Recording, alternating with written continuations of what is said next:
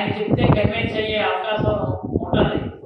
ఆయన చెప్పడానికి కూడా అవకాశం ఇవ్వలేనటువంటి పరిస్థితి చుట్టూ ఉన్నటువంటి కోటరి మాకు అవకాశం లేకుండా చేసింది. అందుకని ఏదైతే అయిపోయాక వాళ్ళు శిక్షణ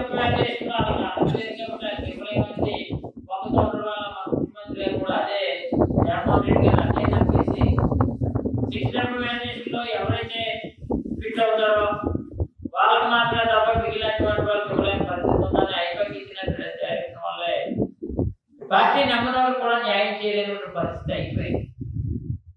అంతేకాదు ఈరోజు వాలంటీర్లు అనే వాళ్ళు ఏదో ఎంతో ఉపయోగపడతారని అనుకున్నాం. ఆ వాలంటీర్లు ఎంతవరకు అంటే పెన్షన్లు పంపిణీ చేయడం వరకే ఉపయోగపడ్డారు తప్ప మిగిలిన కార్యక్రమాలన్నీ ఆ సొంత పనులు వాళ్ళు చేసుకోవడం.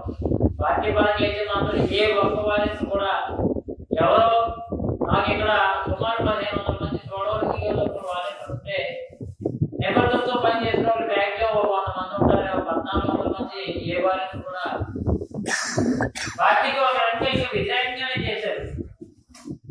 2 నెలల నుంచి జీతాలు ఏమనగానే ఇప్పుడు ఇస్తారు ఎవరో వస్తే ఇప్పుడు 10,000 ఇస్తారని చెప్పేసి వాళ్ళు పిలిచినా సరే రావడానికి పరిస్థితి అయిపోయింది. అంటే వాలంటీర్ని సేవా తత్పరతో ఉపయోగించుకున్న ఆ రోజు ముఖ్యమంత్రి గారు తప్పలేదు. పార్టీ కార్యకర్త ఎవరో కూడా అన్ని అపాయింట్ చేసుకోమన్నారు. కానీ మధ్యలో నిబంధన పెట్టారు. 10th class qualification, intermediate qualification.